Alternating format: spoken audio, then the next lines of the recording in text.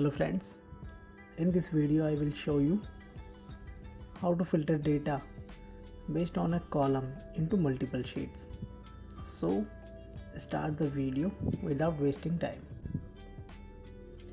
Open your Microsoft Excel and create your data.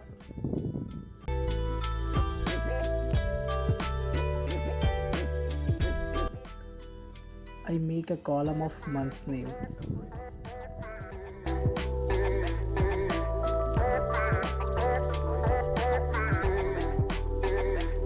Now I want to filter this column into multiple sheets. Step 1. Select range. Step 2. Create a pivot table of this range.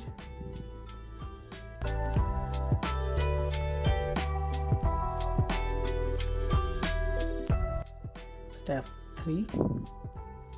Now we have to drag month column into filter box. Go to pivot table analyze tab. Click on drop down of options and select show filter reports pages. Select column name and click OK. Now see, sheets are ready. Thanks for watching. Please like, share and subscribe my channel for Excel tricks.